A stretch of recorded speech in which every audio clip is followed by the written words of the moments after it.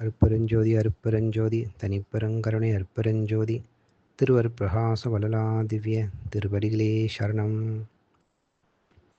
வணக்கம். இன்றைக்கு நாம் சிந்திக்கக்கூடிய அகழ்வரிகள் 181 182. அகழ்வரிகள்: செடி அறுத்தே திட தேகமும் போகமும் அடியருக்கே தரும் அருட்பெருஞ்சோதி. இந்த அகழ்வரிக்கான விளக்கம்: அடியார்கட்கு முதலில் தோன்றுகின்ற துன்பங்கள் அருந்து போகும். அத்துடன் நோயற்ற வலிமைமிக்க தேகம் பெறுவர்.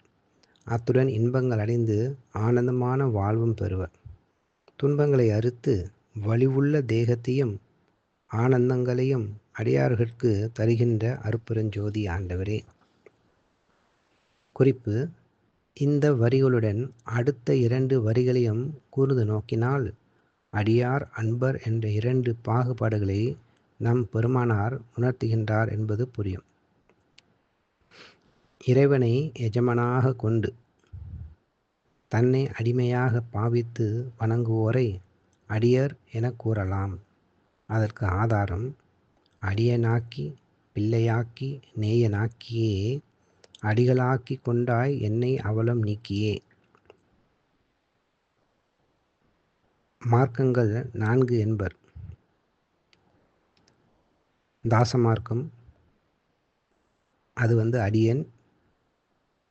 சமயத்தில் திருநாவுக்கரசரை ஒப்பிடுவார்கள். சற்புத்திர மார்க்கம் பிள்ளை. சமயத்தில் திருஞான சம்பந்தரை ஒப்பிடுவார்கள். சகமார்க்கம் அதாவது நேயம். சமயத்தில் சுந்தரமூர்த்தி நாயனாரை ஒப்பிடுவார்கள். 4வது சன்மார்க்கம், இது அடிகள். சமயத்தில் மாணிக்க வாசகரை ஒப்பிடுவார்கள். தாச மார்க்கமும் சற்பூத்திர மார்க்கமும் புற வழிபாடு. புற வழிபாட்டில் ஈடுபடுபவரே அடியார்கள் என விளங்குகின்றது. அடியார் வேறு அடிகளார் வேறு என்பதை கூர்ந்து நோக்கின் மாறுபாடு விளங்கும். அடியார்க்கு கிடைப்பது திட தேகமும் போகமும் மட்டுமே. நன்றி.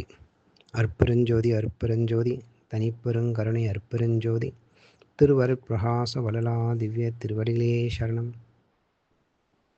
ராமலிங்கா அபயம் ராமலிங்கா அபயம் ராமலிங்கா அபயம் அபயம்.